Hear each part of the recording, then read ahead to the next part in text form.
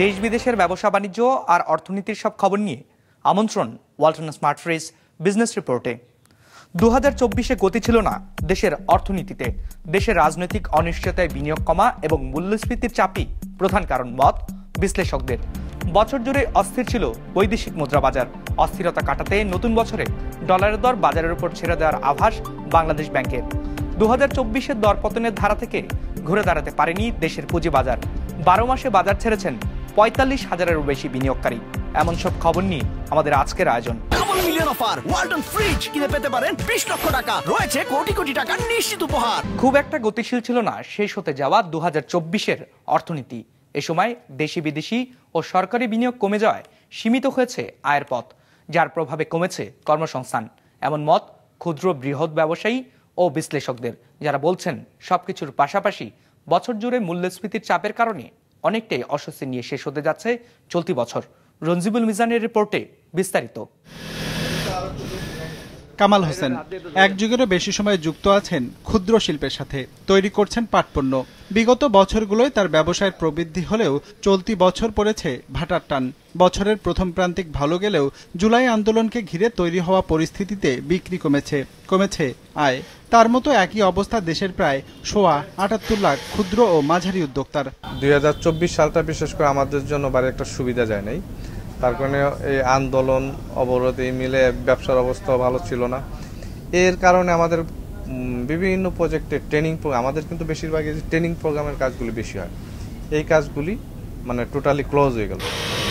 ক্ষুদ্র উদ্যোক্তাদের দাবি ঋণ না পাওয়া পেলেও উচ্চ সুদহার আর এসএমই মেলা কমার কারণে শেষ হতে যাওয়া বছরে এ খাতের উদ্যোক্তাদের ব্যবসা কমেছে 30 থেকে 35% পর্যন্ত। তাদের মতো একই অবস্থায় আছেন দেশের রপ্তানি আয়ের সবচেয়ে বড় ভূমিকা রাখা তৈরি পোশাক খাতের উদ্যোক্তারাও, যারা বলছেন গ্যাস বিদ্যুতের স্বল্পতা ও দর বৃদ্ধির কারণে বছর জুড়েই খুঁড়িয়ে চলেছে তাদের ব্যবসা। এর সাথে জুলাই আন্দোলন পরবর্তী স্থবিরতার প্রভাবও পড়েছে এ খাতে। বিদায়ী বছরটা যেমন আমাদের জুলাই থেকে নিয়ে যেমন আন্দোলন সংগ্রাম, বন্যা এবং শ্রমিক অসন্তোষ, এইটা যেমন আমাদের এই রপ্তানি খাতকে সবচেয়ে বেশি ক্ষতিগ্রস্ত করেছে, আবার একই রকমভাবে বড় ধরনের ক্ষতির মুখোমুখি আমাদের ফেস করতে হয়েছিল গ্যাস সংকট এবং বিদ্যুৎ সংকটের কারণে। ব্যবসা বাণিজ্যের তেমন একটা গতি ছিল না, তা আরও স্পষ্ট হয় কেন্দ্রীয় ব্যাংকের সর্বশেষ তথ্যে, যাদের পরিসংখ্যান বলছে শেষ হতে যাওয়া বছরে জুলাই থেকে নভেম্বর সময়ে মূলধনী যন্ত্রপাতি আনার জন্য এলসি খোলার পরিমাণ কমেছে প্রায় 24%। কমেছে কাঁচামাল, ভোগ্যপণ্য, পেট্রোলিয়াম সহ সব রকম পণ্যের আমদানিও। এমনকি সুদ বাড়ায় কমেছে বেসরকারি খাতে ঋণ নেওয়ার পরিমাণ। অর্থনীতি 2024 সালে জন্য খুব একটা সুখবর আছে বলে মনে হয় না, কারণ অর্থনীতি সত্যিকার অর্থেই সব দিক দিয়েই অনেকটা ইয়ের মধ্যে স্থবিরতার মধ্যে পতিত হয়েছে, যেখান থেকে আমরা কিন্তু এখনও উত্তরণ ঘটাতে সক্ষম হইনি। কাজে আশা থাকবে যে আমরা 2025-এর শুরুতে যত দ্রুত সম্ভব আমরা অর্থনীতিকে টেনে তুলতে পারব। বাংলাদেশ চেম্বার অব ইন্ডাস্ট্রিজের হিসাবে জ্বালানি সংকটের কারণে গেল এক বছরে দেশের প্রায় 200 শিল্প কারখানা বন্ধ হয়ে গেছে। বন্ধের পথে আরও প্রায় 300 কারখানা। Ranjibul Mizan, business report, Maasranga television. 2024-এর পুরোটা সময় জুড়ে ডলারের বাজার ছিল অস্থিরতাপূর্ণ। বছরের শুরুতে প্রতি ডলার 110 টাকা বিক্রি হলেও বছর শেষে উঠে যায় 127 টাকায়। অস্থিরতা কাটাতে নতুন বছরে বাজার ভিত্তিক দাম নির্ধারণের চিন্তা করছে বলে আভাস দিয়েছে বাংলাদেশ ব্যাংকের সূত্রগুলো। একরামুল ইসলাম খানের রিপোর্ট। বছরের শুরুতেই ডলারের দর ছিল আকাশচুম্বী। কেন্দ্রীয় ব্যাংক প্রতি ডলার 110 টাকা বেঁধে দিলেও ব্যাংকগুলোকে 120 টাকার বেশিতে ডলার কিনতে দেখা যায়। যদিও এপ্রিলে ডলারের দরে কিছুটা স্থিরতা আসে। এরপর জুলাইয়ে বৈষম্য বিরোধী ছাত্র আন্দোলনের প্রতি সমর্থন জানিয়ে প্রবাসীরা রেমিটেন্স পাঠানো কমিয়ে দেয়। তবে চাহিদা কম থাকায় এ সময়ে বাজারে ডলার সংকট তেমন দৃশ্যমান হয়নি। অন্তর্বর্তী সরকার দায়িত্ব নেয়ার পর আর্থিক খাতে বড় রদবদল আসে। এ সময় ডলারে 10 টাকা বাড়িয়ে বাজারের সাথে দামে সামঞ্জস্য আনা হয়, আর ডলার বিক্রি বন্ধ করে আন্তঃব্যাংক লেনদেনের নির্দেশনা দেয় বাংলাদেশ ব্যাংক। বিদেশগামী মানুষের নগদ ডলারের প্রধান উৎস খোলা বাজার।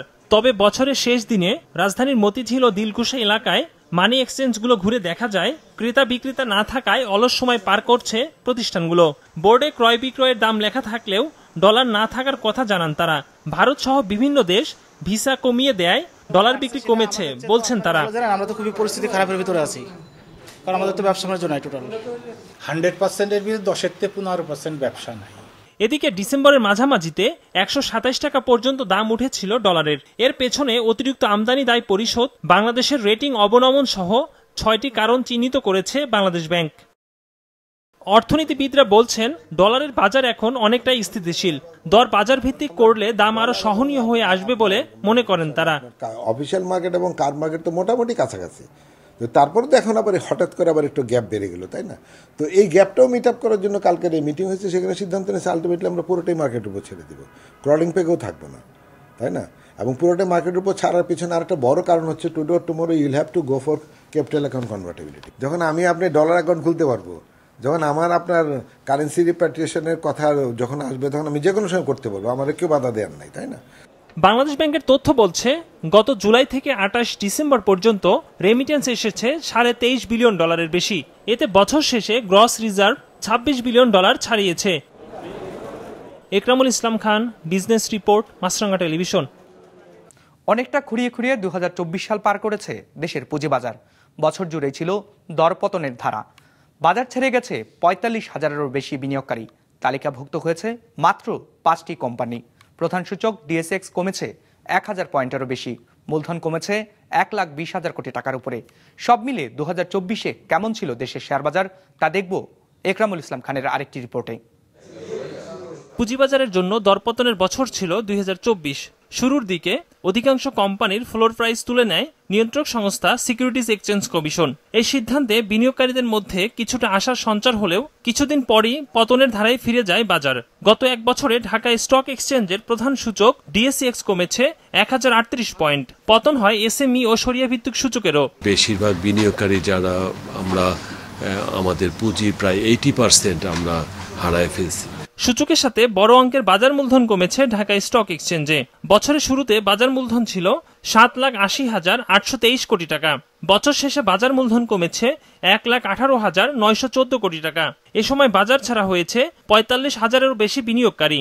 বাজারের তারল্য সংকট দূর করতে ভালো কোম্পানির অন্তর্ভুক্তি, মিউচুয়াল ফান্ড ও আইসিপিকে শক্তিশালী করার তাগিদ দিয়েছেন খাত সংশ্লিষ্টরা। 2024 সালে বাংলাদেশের মার্কেট, ক্যাপিটাল মার্কেট ইন্টারমিডিয়ারি সবাই লস আছে। কারণ আপনাকে, আমাদের মেইন বিজনেসটা হচ্ছে ভলিউম। মার্কেট ভলিউম যদি না থাকে, আইপিও যদি না থাকে, তাহলে আপনার কারো পক্ষেই, এবং মার্কেটে নেগেটিভ রিটার্ন, সব মিলিয়ে কারো পক্ষেই প্রফিট করা সম্ভব না। 15টা টপ ব্রোকার, টপ মার্চেন্ট ব্যাংকের ইকুইটি নেগেটিভ ছিল অলমোস্ট 9,000 কোটি টাকা, আর টোটাল মার্কেটের ইকুইটি নেগেটিভ আছে নিয়ার অ্যাবাউট 12 থেকে 14,000 কোটি টাকা। সো টাকার সন্ধান টাকা দিয়ে হয়। এদিকে 2024-এ পুঁজিবাজারে কোম্পানির অন্তর্ভুক্তি কমেছে আশঙ্কাজনক হারে। এক বছরে লিস্টেড হয় মাত্র 5টি প্রতিষ্ঠান। এর মধ্যে অভিহিত মূল্যের রয়েছে এনআরবি ব্যাংক ও শিকদার ইন্স্যুরেন্স কোম্পানি। প্রিমিয়ামে রয়েছে টেকনো ড্রাগস, এশিয়াটিক ল্যাবরেটরিজ এবং বেস্ট হোল্ডিংস। এর মধ্যেও কয়েকটি কোম্পানির অন্তর্ভুক্তি ছিল অনিয়মের মাধ্যমে। এই সমস্ত প্রতিষ্ঠানে কর্পোরেট গভর্নেন্স এটার বালাই নাই। কিছু যারা গ্যামলার অথবা বিগ জায়ান্টস, পলিটিক্যাল ইনফ্লুয়েন্সিয়াল, এরাই আইসিবির কেনাবেচাকে অতীতেও তারা নিয়ন্ত্রণ করেছে। সরকার পরিবর্তনের পর দায়িত্ব নেয়া নতুন কমিশন কারসাজির বিরুদ্ধে কঠোর অবস্থান নিয়ে ইতিমধ্যে 700 কোটি টাকার বেশি জরিমানা করেছে। নানামুখী পদক্ষেপে দ্রুত ইতিবাচক ধারায় ফিরবে পুঁজিবাজার বলছে নিয়ন্ত্রক সংস্থা। এবং ইন্ডেক্স, ধরেন যে ফ্লোর প্রাইজের কারণে ইন্ডেক্স তো একটা জায়গায় স্ট্রাক হয়েছিল, তো এখানে এরপরে যে কারেকশন হয়েছে, এটা পরিস্থিতিতে বোঝা যায় যে বর্তমানে এখন অনেকটাই অবমূল্যায়িত বাজার, এবং এখানে ধরেন যে ইনভেস্টমেন্ট করে রিটার্ন ম্যাক্সিমাইজ করার সুযোগ আছে, কারণ অনেক গুড ফান্ডামেন্টাল সিকিউরিটিজের মানে মার্কেট প্রাইস ফেয়ার ভ্যালুর থেকে অনেক কম। বর্তমানে পুঁজিবাজারে মানদণ্ডের ভিত্তিতে তালিকাভুক্ত প্রতিষ্ঠানের সংখ্যা 397টি। এর মধ্যে ডিএসইতে এ শ্রেণীভুক্ত কোম্পানি 27টি, বি 86 এবং এন শ্রেণীভুক্ত কোম্পানি রয়েছে 5টি, আর জেটে অবস্থান করছে 81টি। Ekramul Islam Khan, business report, Maasranga television. Offer, Walton fridge কিনে পেতে পারেন 20 লক্ষ টাকা, রয়েছে কোটি কোটি টাকার নিশ্চিত উপহার। চলতি বছর দেশ থেকে বিদেশে কর্মী যাওয়ার সংখ্যা কমেছে, তবে বেড়েছে বৈধ পথে প্রবাসী আয় আসা। বন্ধ হয়েছে মালয়েশিয়া ও ওমানের শ্রমবাজার। নতুন কোনো দেশে যায়নি কর্মী, কমেনি অভিবাসন খরচও, আগের মতোই ছিল কাজ না পাওয়ার অভিযোগও। তবে বিমানবন্দরে কমেছে হয়রানি। মাশরেক রাহাতের রিপোর্টে বিস্তারিত। চলতি বছর বিদেশে কর্মসংস্থান হয়েছে 10 লাখ কর্মীর, যেখানে গেল বছর গিয়েছিলেন 13 লাখের কিছু বেশি। কর্মী যাওয়া কমেছে 24%। এবছর গত বছরের চেয়ে কর্মী যাওয়া বেড়েছে সৌদি আরব ও কাতারে। এবার সৌদিতে গেছেন 6,16,000 কর্মী, গেল বছর গিয়েছিলেন 5 লাখের মতো কর্মী। কাতারেও এবছর অন্তত 19,000 কর্মী বেশি গেছেন। গড়ে বিদেশে কর্মী যাওয়া কমেছে মূলত মালয়েশিয়া এবং ওমানের শ্রমবাজার বন্ধ হয়ে যাওয়ায়। মেতে মালয়েশিয়ার বাজার বন্ধ হওয়ার আগে গেছেন 93,000 কর্মী। ওমানে এবছর যেতে পেরেছেন মাত্র 333 জন। কোন কোন জায়গায় আমাদের সমস্যাটা আছে, আমাদের গভর্নমেন্ট আমাদের সাথে পরামর্শক্রমে গভর্নমেন্ট যদি সেই আমাদের পরামর্শগুলো গ্রহণ করে যদি সেই ধরনের উদ্যোগ গ্রহণ করে, আমার বিশ্বাস ইমিডিয়েট আমরা এই সমস্ত বন্ধ মার্কেটগুলো ওপেন করতে পারব। তবে কর্মী যাওয়া কমলেও এবছর বৈধ পথে প্রবাসী আয় বেড়েছে, এসেছে $26 বিলিয়ন, যেখানে গেল বছর এসেছিল $21 বিলিয়ন কিছু বেশি। অভিবাসনের সঙ্গে সংশ্লিষ্টরা বলছেন এবছর বিদেশে মোট কর্মী 60% বেশি গেছেন শুধু সৌদি আরবে।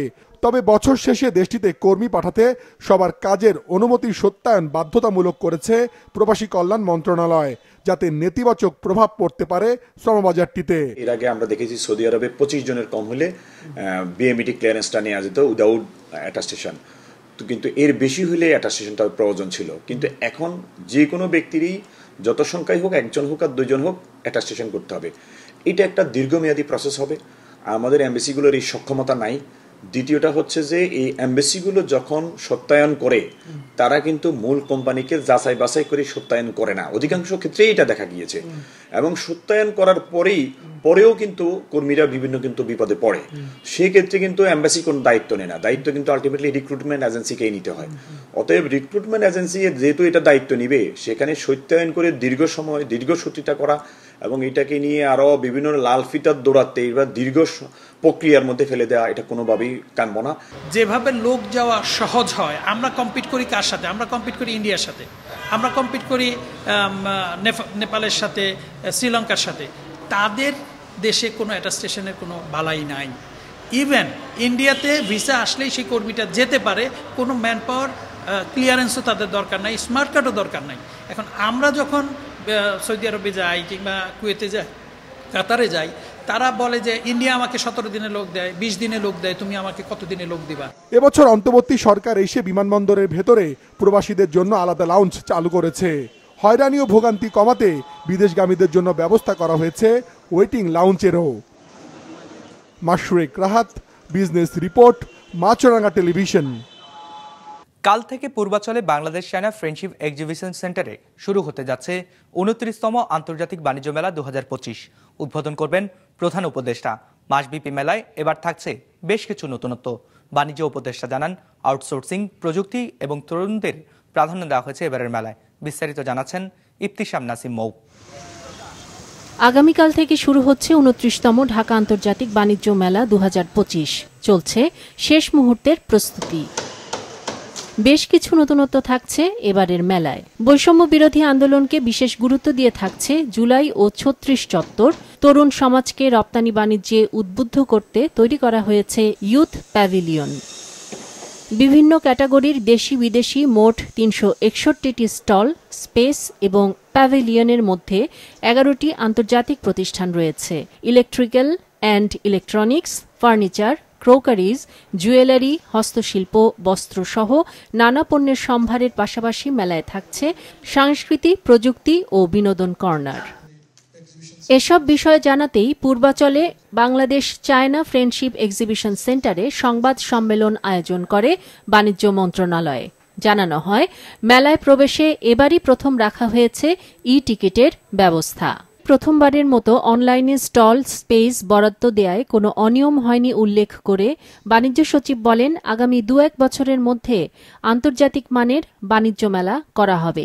নেওয়া হচ্ছে সেই প্রস্তুতি। এবছর হয়তো 20% দিয়েছি, আগামী বছর এটা হয়তো 60-70% আপনারা দেখতে পাবেন। কারণ আমরা আশা করছি যে আগামী কয়েক বছরে এটি সত্যিকার অর্থে একটি আন্তর্জাতিক মেলার যে আবহ সেটা তৈরি হবে। এরপর সাংবাদিকদের নানা প্রশ্নের জবাব দেন বাণিজ্য উপদেষ্টা। জানান, শিল্পের বৈচিত্র্য এবং পরিপক্কতা অনুযায়ী একটি অন্তর্ভুক্তিমূলক বাণিজ্য মেলার দীর্ঘ পরিকল্পনা রয়েছে সরকারের। বলেন, জনদুর্ভোগ এড়াতে নেওয়া হয়েছে সব ধরনের পদক্ষেপ। টোল কালেকশনের জন্য আমরা একটা নির্দিষ্ট নীতিমালা করে দিয়েছি।